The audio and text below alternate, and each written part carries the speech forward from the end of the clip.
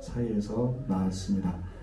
그런데 이제 그때 당시에 이제 이집트 왕 바로가 고센 땅에 거주하는 히브리 민족들이, 그러니까 요셉이 이스라엘 백성들을 야곱과 그의 가족 70명을 초청해서 이제 이집트로 내려와서 가나안 땅을 떠나서 이집트에 내려와서 살았기 때문에 고센 땅이라고 하는 지역에서 목축업을 하면서 이렇게 지내는데, 히브리 민족은 하나님께서 생육하고 번성하라고 하셨기 때문에 아이를 많이 낳아요. 지금도 유대인들은 아이를 많이 낳지 않습니까?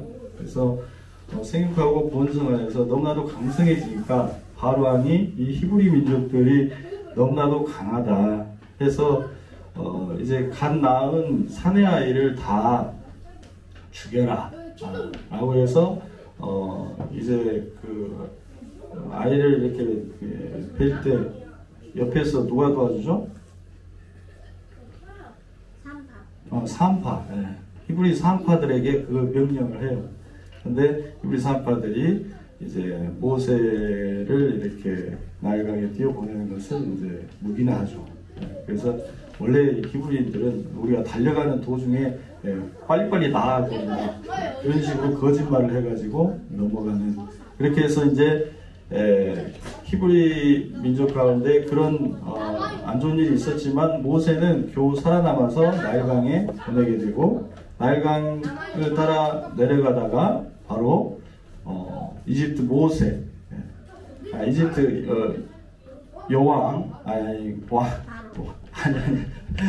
공주, 이집트 공주를 이제 만나게 돼서 그 공주가 바로 입양을 해가지고 바로 이집트 왕자로 이제 자라나게 된 것이죠. 우리가 잘 아는 내용입니다.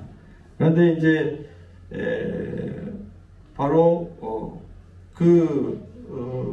모세는 어릴 적부터 바로 자기 어머니가 유모로 이제 소개를 해줬기 때문에 미리암이, 그래서 어머니로부터 자기가 히브리 민족이라는 것을 이제 들으면서 자랐을 거예요. 그리고 자기 피부색이라든지 자기 머리카락이라든지 이런 것들이 히브리 민족이었기 때문에 자기의 정체성이 약간 혼란이 있었을 거예요. 왜냐하면 그 공주의 아들로 이렇게 자랐기 때문에, 그래서 그런 어떤 정체성의 혼란을 겪다가 바로 이제 히브리 민족을 때리는 이집트 군사를 어떻게 해요? 충동적으로 죽이게 되고, 그 이후로 왕자의 자리에서 쫓겨나서 살인자로, 도망자로 미디안 광야라고 하는 곳으로 도망가게 되었다라고 하는 것을 우리는 잘 알고 있습니다. 그래서 모세는 미디안 땅으로 가서 이드로라고 하는 그 목자의, 그 사람은 이제 미디안 족속의 족장이었어요. 그래서 이드로라는 사람을 만나서 그 이드로의 양을 치는 그런 일을 이제 감당하게 됩니다. 그곳에서 모세는 이드로의 딸인 시보라와 결혼하게 되죠. 그래서 첫째에 게르솜이라고 하는 아이를 낳게 되는데, 게르솜은 이방에서 내가 객이 되었다. 그래서 그 외로움을 이름으로 이렇게 지었던 거죠. 그리고 후에 엘리에셀을 낳았는데, 엘리에셀은 하나님은 나의 도움이시다 라는 뜻을 가지고 있습니다. 그래서 나중에는 그 하나님이 나 자신을 도왔다라고 하는 것을 믿음으로 고백하고 있는 것이죠. 그래서 40년의 세월을 왕자가 아닌 양치기로 살아가면서 세상에서 잊혀진 존재가 되었습니다. 세월이 지나고 이집트 왕이 바뀌면서 이스라엘 민족은 이제 더욱더 노동의 강도가 세졌다고 되어 있어요. 그래서 고통이 가중되었다. 그래서 2장 23절에 보면 그 고된 노동으로 말미암아 부르짖는 소리가 하나님께 상달된지라 라고 2장 23절에 말씀하고 있습니다.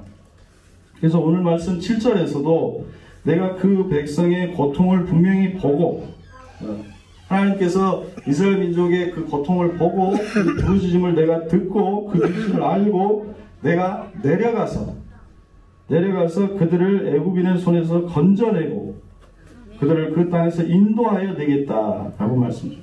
그러니까 하나님은 어떤 분이에요? 행동하시는 하나님. 아멘. 내가 그들을 보고 듣고 알고 내가 내려가서 그들을 건져내고 인도하여 내십니다. 그렇게 하나님께서는 우리의 고통을 외면하시는 분이 아니라 우리의 고통을 듣고 우리를 건져내시는 하나님이신 줄 믿습니다. 이것이 바로 하나님께서 고통당하는 자들을 향한 마음인 것입니다. 제가 예전에 제비 목사님이 저한테 책을 선물 주고 통서의 보험이라는 책을 이렇게 선물해 주셨는데 제가 읽어보진 않았어요. 선물 받았는데 근데 아무튼 막 트웨인이라고 하는 그 작가가 쓴 책인데 막 트웨인의 글 중에 보면은 자서전 메모 중에 어머니의 몇 마디라고 하는 단락이 있습니다. 거기 보면 막 트웨인이 사는 동네에는 동부에서 팔려온 샌디라고 하는 이름의 흑인 소년이 있었다고 합니다. 그런데 그 흑인 소년은 온종일 큰 소리로 노래를 하는데 너무 큰 소리로 노래를 하고 소리를 지르고 휘파람을 불고 그렇게 하는 동에 막 트웨인은 굉장히 내성적이고 이렇게 책을 좋아하는 친구인데 그 소리가 너무나도 귀에 거슬려서 너무나도 견딜 수가 없었던 것입니다. 그래서 어느 날 그는 엄마에게 호소합니다. 엄마, 제가 너무 시끄러워요. 저 샌디라고 하는 친구가 너무 시끄러워서 제가 뭘 할 수가 없습니다. 그렇게 하자 어머니는 막 트웨인에게 이렇게 대답합니다. 샌디는 엄마랑 헤어지고 친구들과 떨어져서 이리로 팔려온 아이다. 저렇게라도 노래하지 않으면 엄마 생각, 동무 생각을 어떻게 이겨낼 수 있겠니? 나는 샌디가 노래하고 소리칠 때 오히려 내 마음이 안심이 된단다. 걔가 시무룩해지면 나는 그때가 오히려 더 걱정이 되고 무슨 일이 생길까봐 자기가 자기 혼자 도망가 버리거나 나쁜 짓을 할까봐 더 걱정이 된단다. 그렇게 이야기를 해줬습니다. 그래서 막 트웨인은 그날 이후에 샌디의 노래가 더 이상 시끄럽게 들리지 않았다라고 합니다. 그리고 어머니의 그 말씀이 가슴에 박혀서 평생 떠나지 않고 사람은 그 사람을 이해하지 않으면은 그 사람의 그런 어떤 부르짖음이라든지 이런 것들을 이해할 수 없는 것이구나. 그런 생각으로 또 글을 쓰게 되었다라고 기록하고 있습니다. 우리는 누군가의 슬픔을 받아들일 때 우리의 삶의 지평이 넓어지게 되는 줄 믿습니다. 누군가는 타인의 부르짖음을 시끄러운 소음으로 느끼는 사람들이 있습니다. 또 어떤 사람들은 그저 외면하고 아무런 관심을 두지 않은 사람들도 있습니다. 그런데 어떤 사람들은 왜 저렇게 울고 있을까? 또는 왜 저렇게 아파할까?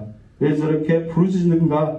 그렇게 하면서 그 사람의 고통의 소리에 귀를 기울이고 들어보려고 하고 그 사람에게 다가와서 그의 손을 잡아주는 사람도 있는 것입니다. 하나님은 우리의 부르짖음과 고통을 외면하지 않으시고 그 소리를 들으신다라고 오늘 말씀하고 있습니다.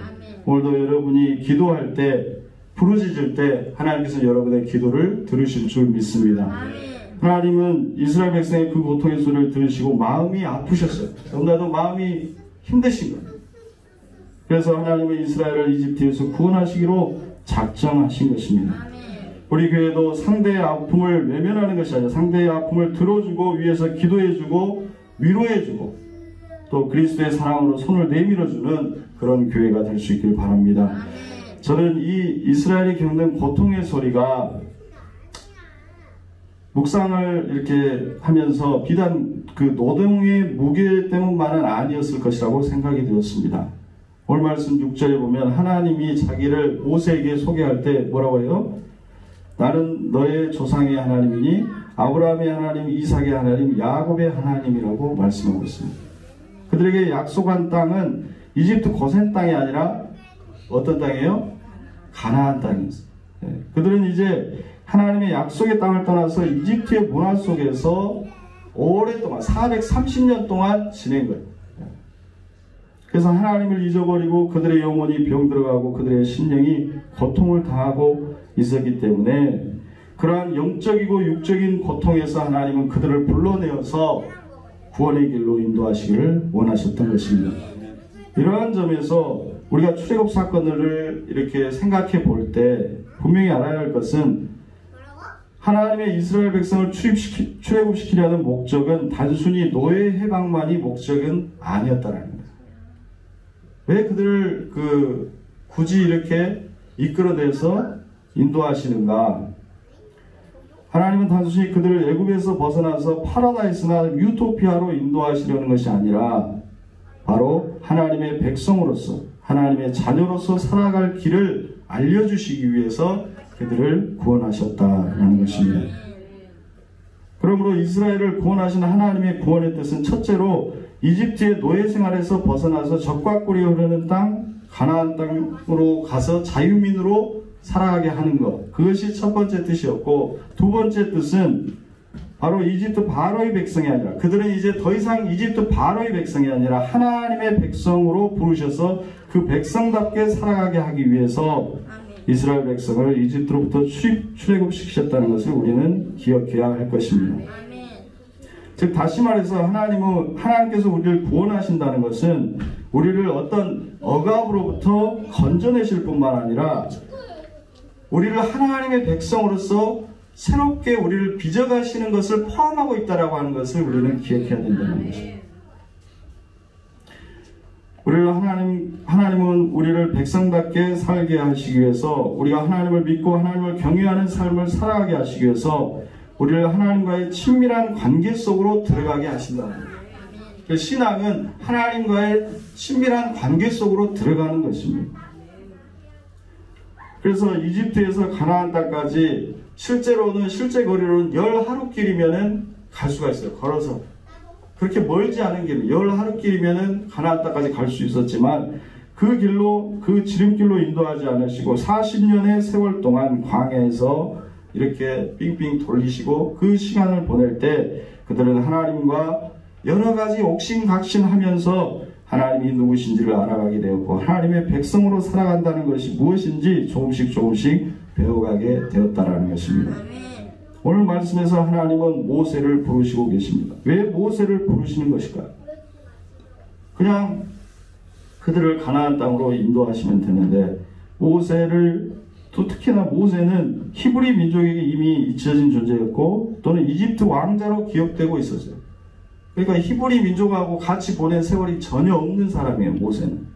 그리고 지금은 40년 동안 미디안 사람으로 불리워지는 사람이었습니다. 그런 모세를 하나님은 이스라엘을 인도할 그런 리더자로 부르시는 이유는 과연 무엇이었을까요? 여러 가지 이유가 있겠지만 중요한 이유 중에 하나는 바로 모세만이 광야를 이해하고 있는 사람이었기 때문에 그렇습니다. 생각해 보십시오. 고센 땅에서 목축업으로 430년 동안 지냈던 이스라엘 백성들은 광야 생활에 대한 이해가 전혀 없어요. 광야 생활. 그들이 그 홍해를 건널 때는 10하루길이면 가나안 땅으로 갈 수 있을 거라고 생각했을 것입니다. 광야 생활에 대한 그런 생각은 전혀 없었을 거예요.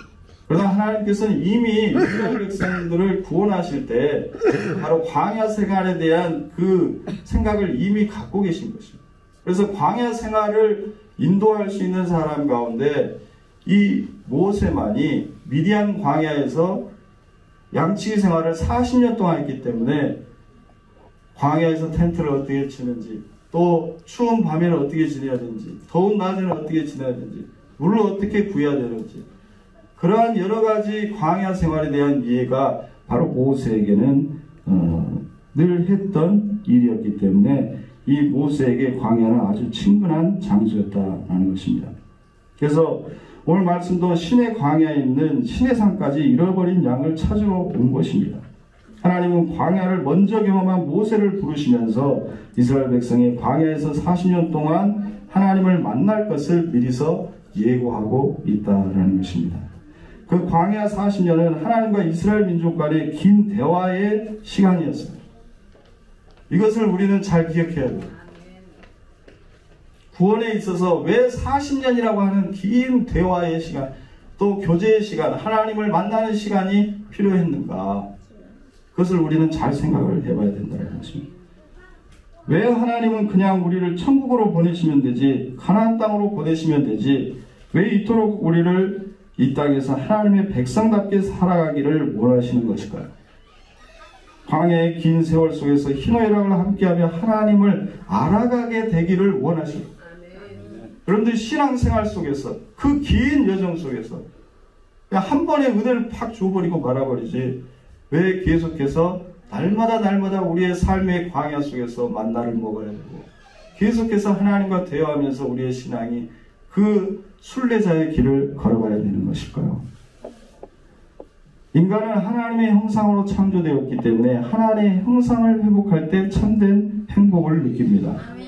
그런데 그 하나님의 형상을 회복하려고 할 때 가장 중요한 것이 저는 관계를 회복하는 것이 가장 중요한 것임을 창세기를 묵상하면서 깨닫게 되었습니다.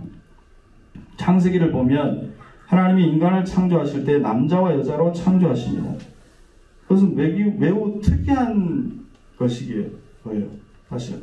그러니까 고대 문헌을 저는 연구를 많이 했거든요. 에누마엘리시라든지 길가메시서시라든지 아트라시아서라든지 그런 어떤 문서들을 많이 연구를 했는데 거기에도 창조의 이야기가 나와요. 그런데 여성 창조는 나오지 않습니다. 남자만 창조했다고 나와요. 다. 유일하게 성경은 태초에 하나님이 남자와 여자를 창조했다라고 말씀하고 있습니다. 그것은 인간이 관계적인 존재로 창조되었다라고 하는 것을 의미하는 것입니다. 남자와 여자는 그래서 종속적인 관계가 아니라 상하 관계가 아니라 사귐이 있는 관계, 친밀한 관계로 창조되었다라는 것입니다. 최근에 제가 연구하면서 알게 된 사실은 좀 사실 깜짝 놀랐어요. 이 말씀을 연구하면서 묵상하면서 깜짝 놀랐는데 하나님께서 아담을 먼저 창조하시고 그 다음 하와를 창조하실 때 어떻게 합니까? 아담에게 홀로 독처하는 것이 좋지 못하니 그래서 처음으로 보시기 좋았다라고만 하다가 처음으로 좋지 못했다라고 한다고 말씀하시죠. 혼자 있는 것이 좋지 못하다라고 하는 것이죠. 왜냐하면 하나님도 하나님을 이야기할 때 하나님이라는 단어가 복수로 나오거든요. 그러니까 하나님은 태초부터 성부, 성자, 성령 하나님으로 이렇게 함께 교제하시면서 함께 계시는 것입니다. 관계적 존재로 하나님은 등장하시는 것입니다. 그런데 아담이 혼자만 있으니까 짝을 만들어 주시려고 했는데 제일 먼저 짝을 우리는 하와를 바로 만들어 주셨다고 생각하는데 창세기 2장 20절에 보면은 아담이 모든 가축과 공중의 새와 들의 모든 짐승에게 이름을 주니라 그렇게 말씀하고 히브리 원어에 보면 그러나라고 하는 그 단어가 들어가 있어요. 히브리 원어를 보면 그러나 그들에게서 아담이 돕는 배필을 찾지 못함으로 그렇게 되어 있습니다. 한글 성경에 정확하게 나와 있잖아요. 그러나 영어 성경이나 히브리 원어 성경에는 그렇게 나옵니다. 그러니까 그 다음에 여호와 하나님이 아담이 자고 있을 때 갈비뼈를 가져다가 하와를 만드셨다라고 말씀해요. 그러니까 하와를 만드신 이유도 남녀 관계의 근본적인 것이 생육하고 번성하기 위해서 우리는 남녀 관계를 지어주셨다라고 생각하는데 그게 먼저가 아니에요. 생육하고 번성하는 것은 그 다음입니다. 그것보다 더 근원적인 것은 뭐냐? 친밀한 관계 때문에 여자를 만들어주십니다. 왜냐하면 여러분 인간은 동물하고 생육하고 번성할 수 없음에도 불구하고 동물에게서 먼저 짝을 찾으려고 하셨어요. 성경 본문을 보면. 그러니까 인간은 본래적으로 관계적인 존재이기 때문에 누군가와의 관계적인 친밀함을 통해서 인간은 행복을 느끼는 존재로 창조되었다는 것이죠. 그래서 인간의 본성은 성적인 것이 먼저가 아니라 성적인 것이 근원적인 것이 아니라 관계적인 것이 더 근원적인 본성이라는 것입니다. 그러니까 성적인 것, 그러니까 동물하고도 얼마든지 관계적인 차원에서 돕는 배필이 될 수가 있습니다. 그래서 여러분들 오늘날 현대인들이 반려견을 키우는 거 저는 잘 이해를 못했거든요. 근데 그게 이해가 되는 부분이에요. 인간의 본성 중에 그 관계에 대한 욕구가 너무나도 강한 거야. 너무나도 강한 거야. 그래서 반려동물을 키우는 것도 어느 정도는 이해할 수 있는 부분이다라는 생각을 하게 됩니다. 그래서 사실 이 말씀을 깨닫고 제가 아내를 대하는 태도에 있어서도 좀 더 달라져야 되겠다라고 하는 생각을 하게 됐어요. 그러니까 아내가 이렇게 저한테 이렇게, 아내는 이렇게 저하고 대화하는 걸 되게 좋아하거든요. 그래서 많은 이 학교에서 일어난 일들 다 이렇게 이야기를 해요. 한 30분 정도. 예. 제가 이렇게 듣는 것이 피곤하고 힘드니까 그거를 거부했었는데, 아, 이게 원초적인 본성이로구나. 예, 원초적인, 인간의 원초적인 본성이 대화하려고 하고 관계를 맺고자 하고 끊임없이 이렇게 이야기하려고 하는 거예요. 예, 말을 들어주고 말을 또 하고 서로 의견을 나누고, 이것이 인간의 아주 근원적인, 아주 태초부터 하나님께서 창조하신 근원적인 본성이로구나. 그것을 깨닫게 됐습니다. 바로 하나님께서 우리에게 주신 본래적인 하나님의 형상을 회복하는 것이로구나. 서로 대화하는 것이, 그것이 하나님과의 형상을 회복하는 것이로구나. 하나님의 저와 여러분을 향한 구원의 방향성도 마찬가지입니다. 하나님은 우리와 끊임없이 그래서 대화하시기를 원하십니다. 하나님께서는 여러분들과 끊임없이 대화하시기를 원합니다. 그래서 이스라엘 백성을 곧바로 가나안 땅으로 인도하는 것이 아니라 40년 동안 광야에서 하나님과 옥신각신하면서 하나님을 알아가고, 때로는 하나님께 불평하고, 때로는 만나를 주신 하나님께 감사하고, 때로는 하나님을 원망하기도 하고, 때로는 하나님을 신뢰하게 되는 그 모든 희노애락의 여정들을 40년 동안 하나님과 함께 보내게 되었던 것입니다. 오늘날 우리에게 광야는 무엇일까? 그것은 우리의 삶의 자리이기도 하고 동시에 하나님의 말씀이 있는 곳이 바로 광야입니다. 그러니까 광야라고 하는 것은 미드바르라고 하는데 히브리어로 미드바르라고 해요. 근데 말씀은 히브리어로 뭐라냐면 다바르라고 해요. 그러니까 사실 어원이 같은 단어, 광야와 말씀은 거의 같은 단어입니다. 그러니까 우리는 하나님의 말씀 앞에 나아가면 우리는 하나님과 대화할 수 있는 것입니다. 그 말씀 안에서 내 삶을 비춰볼 수 있다는 것입니다. 그리고 내가 어떻게 살아가야 될지, 어떤 길을 가야 될지 하나님께 묻고 하나님께 답을 들으려고 하고 그렇게 대화할 수 있다는 겁니다. 그리고 우리의 발의 등이 되시어 우리의 길에 빛이 되어주시는 그것도 바로 하나님의 말씀이라고 시편 119편은 말씀하고 있습니다. 오늘 말씀에서 하나님은 하나님의 구원 역사를 이루시기 위해서 미디안 광야에서 잃어버린 양을 찾아서 호렙산을 뒤지고 있는 모세를 부르십니다. 모세야, 모세야. 그것은 모세가 뛰어난 능력을 가져서가 아니라 잘나서가 아니었어요. 여러분, 지금 모세는 매우 연약해져 있습니다. 나이가 몇 세예요? 80세예요. 모세를 부르실 때 모세의 나이는 80세였습니다. 왕자의 화려한 삶은 이미 끝났고 이제 아무런 권력도 없고 아무런 재산도 없고 아무런 능력도 없습니다. 장인인 이드로의 양을 치는 일로 40년의 세월을 보냈습니다. 그러나 하나님께서는 비로소 그 양치기 모세가 하나님의 부름을 합당한 자라고 보고 계신다는 겁니다. 이와 같이 우리는 먼저 하나님의 부름에 응답해야 되는 것이고 하나님의 손에 먼저 붙들려야 되는 것입니다. 내가 먼저 하나님을 붙드는 것이 아니에요. 우리의 신앙은 내가 먼저 하나님을 붙드는 것이 아니라 하나님의 손에 먼저 붙들림 바 되어야 된다는 것입니다. 그러기 위해서 내가 비워져야 하고 낮아져야 하고 겸손해져야 합니다. 우리가 물컵이 있으면 물컵에 물을 따를 때 어떻게 합니까? 물컵의 위치는 어디예요? 네, 낮은 곳이잖아요. 낮은 위치에 있어야 물을 부을 수 있듯이 인간은 낮아지고 겸손해질 때 비로소 하나님의 은혜의 생수를 그곳에 부을 수가 있게 되는 것입니다. 모세는 그의 양치기적 삶에 익숙해져 있습니다. 그래서 모세는 자신은 그 일을 할 수 없다라고 거부해요. 처음에는. 그때 주님께서 뭐라고 말씀하십니까? 내가 너와 함께 하겠다라고 말씀해 주십니다.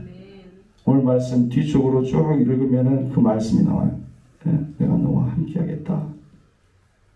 그리고 내가 입술이 너무나도 둔해서 말을 잘 못해서 나는 인도하기에 부족합니다. 그렇게 얘기했을 때도 사람을 붙여주시겠다라고 말씀하시고 내가 너와 함께 하시겠다고 말씀해 주십니다. 오늘도 주님은 여러분 한 사람 한 사람을 부르고 계십니다. 그리고 하나님의 구원 역사에 동참케 하시며 우리에게 또 그 하나님의 불을, 하나님의 성령을 부어주셔서 그 성령 안에서 여러분 한 사람 한 사람을 세우고 여러분을 통해서 하나님의 구원 역사를 이루어가신 줄 믿습니다. 하나님의 구원은 우리를 위해서 구원 역사를 이루어 가시지만 또 우리를 통해서 한 사람을 부르셔서 여러분 한 사람 한 사람을 세우시고 부르셔서 하나님의 구원 역사를 이루어 가시는 줄 믿습니다. 오늘 말씀에서 모세는 불타는 떨기나무에서 하나님을 만납니다. 이 가시떨기 나무를 히브리어로 하면은 스네라고 해요. 스네. 그러니까 스네에서 시내산이 나온 거예요. 그러니까 시내산은 뜻이 뭐냐면 가시떨기 나무 산이라는 뜻을 가지고 있는 거예요. 그러니까 호렙산은 호렙이라고 하는 것은 쓸모없다 그 뜻이에요. 근데 이 호렙산을 시내산이라고도 불러요. 네. 그래서 모세에게 나중에 말씀보면은 내가 이 산에서 너에게 또 다시 만나서 그 율법을 주겠다 그 약속도 하시죠. 네. 그래서 이 호렙산을 시내산이라고도 부르는 거예요. 근데 이 모세는 이 꺼지지 않는 가시떨기 나무 속에서 하나님의 음성을 듣고 부르심을 입게 됩니다. 실제로 시내산에 가면은 이 나무가 있어요. 저도 꼭 이거를 보고 싶은데 그래서 그 옆에 이렇게 수도원을 지었어요. 그래서 어떤 그 부여학자가 가서 이게 정말 가시떨기 나무인지 확인하기 위해서 여기서 점프를 해가지고 이거를 만져봤다고 그래요. 근데 손에서 가시가 찔려가지고 피가 났다라고 이야기를 하더라고요. 그러니까 우리도 한번 성지순례 가고 한번 만져보면 이게 가시떨기 나무인지 아닌지 알 수 있을 겁니다. 사도 바울도 여러분 내 몸에 뭐가 있다고 했어요? 육체의 가시를 지녔다라고 고백합니다. 이 육체의 가시를 낫게 하기 위해서 3번 동안 하나님께 기도를 했는데 그때 하나님께서 주신 말씀이 내 은혜가 너에게 족하다. 이는 내 능력은 약한 데서 온전해지니라 말씀하십니다. 그래서 바울은 크게 기뻐하면서 그러므로 나의 약한 것들을 자랑하리니 이는 그리스도의 능력이 내게 머물게 하려 함이니라. 바울은 자신에게 있는 그리스도의 능력은 육체의 가시로부터 그 능력이 나온다라고 고백하고 있는 거예요. 그러니까 예수님은 십자가에서 가시 면류관을 쓰시고 우리의 지혜를 대속하시기 위해서 모든 고통을 참으셨습니다. 거기에도 가시 면류관이 나와요. 그러니까 우리 이 가시를 상징하는 것이 바로 예수 그리스도를 상징하는 것입니다. 오늘 우리가 가지고 있는 육체의 연약함, 여러 가지 약함이 있을 수 있어요. 저도 굉장히 약점이 많이 있는 사람입니다. 또는 자기 십자가가 있을 수 있습니다. 여러분의 삶 가운데 자기 십자가가 있을 수 있습니다. 바울에게도 약점이 있었고 모세에게도 약점이 있었습니다. 모세는 아까도 얘기했듯이 태생적으로 히브리인이지만 히브리인이 아닌 이집트인으로 살았고 후에는 미디안인으로 살아서 자신은 누구인지 정체성이 헷갈렸을 것입니다. 그리고 양치기 생활만 40년을 했습니다. 그래서 히브리 지도자들은 모세의 지도권을 잘 인정하지 않으려고 했던 이유가 거기에 있어요. 자신들과 삶을 함께 공유한 것이 하나도 없기 때문에 모세의 지도력을 잘 인정하지 않으려고 했던 것입니다. 그러나 하나님께서는 그 양치기 막대기 40년 동안 양을 치던 그 막대기의 능력을 부여하셔서 그 막대기로 홍해를 가게 하시고 반석을 향해서 명했을 때 물이 터져나오게 하시고 그 양치기는 막대기를 통해서 이스라엘 민족을 가나안 땅으로 인도하게 하셨던 것입니다. 누구에게나 약점은 있습니다. 부끄럽고 숨기고 싶은 약점이 있을 것입니다. 하지만 그 가시와 같은 약점을 주님 앞에 가지고 나아갔을 때 더욱 겸손해질 수 있고 우리가 더욱더 하나님 앞에 엎드릴 수 있고 간구할 수 있고 그렇게 됐을 때 더욱더 하나님의 능력이 그 약점을 통해서 드러나게 될 줄로 믿습니다. 가시떨기 나무가 불타는 그 불은 오늘 말씀에 보면 꺼지지 않는 불이었다라고 말씀하고 있습니다. 이와 같이 모세가 하나님께 받은 은혜의 불은 꺼지지 않는 불이에요. 세상의 불은 어떻습니까? 감정적으로 한번 확 올라왔다가 쑥 하고 꺼져버립니다. 세상이 주는 기쁨은 그런 기쁨입니다. 하지만 하나님께서 우리에게 주시는 기쁨은 꺼지지 않는 불로서 꺼지지 않는 성령으로서 영원토록 솟아나는 생수와 같은 기쁨을 우리에게 주시는 줄 믿습니다. 그래서 하나님은 우리가 우리의 약점을 주님 앞에 겸손히 가져가서 하나님의 은혜를 구할 때 꺼지지 않는 은혜의 불로 우리에게 채워주실 줄로 믿습니다. 하나님은 오늘도 우리를 구원의 길로 인도하십니다. 모든 사람들을 하나님의 자녀됨의 길로 초청하고 있습니다. 그 구원의 길은 단순히 아름다운 파라다이스가 그려진 아름다운 사진 속에 우리가 들어가는 것이 아니라 우리의 현실의 삶 속에서 우리의 삶과 정신과 육체와 인격이 하나님의 사람과 하나님의 백성이 되어져 가는 것이라고 주님은 말씀하고 있는 것입니다. 그래서 매일매일 우리는 하늘로부터 내려주시는 하나님의 말씀을 먹고 주님과 함께 우리에게 주어진 광야의 길을 함께 걸어가야 될 줄로 믿습니다. 그리고 먼저 그 길을 경험한 사람들은 뭇 영혼들을 인도하기 위해서 모세와 같이 하나님께서 부르시는 것입니다. 그 광야의 길을 먼저 걸어간 사람, 모세와 같이 그 사람들을 하나님께서는 부르셔서 뭇 영혼들을 인도할 수 있는 지도자를 삼으시는 것입니다. 그리고 꺼지지 않는 불꽃과 같은 은혜로 심령을 뜨겁게 채워주시고 하나님께서 우리에게 지어주신 그 연약한 막대기, 십자가와 같은 막대기를 들고 우리가 우리의 삶의 광야 속으로 앞으로 나아갈 때 하나님께서 날마다 만나를 내려주시고 말씀의 반석으로부터 생수가 터져나오게 하시고 그리스도의 사랑으로 우리의 영혼을 참된 안식과 기쁨으로 인도해 주실 줄로 믿습니다. 기도하시겠습니다. 하나님 감사합니다. 연약한 우리를 불러주시고 하나님의 나라의 백성 삼아주심에 참으로 감사를 드립니다. 하나님은 우리를 가나안 땅으로 인도하실 뿐만 아니라 우리가 하나님의 백성답게 살도록 인도하심에 감사를 드립니다. 매일의 삶 속에서 주님을 우리가 만나게 하여 주옵소서.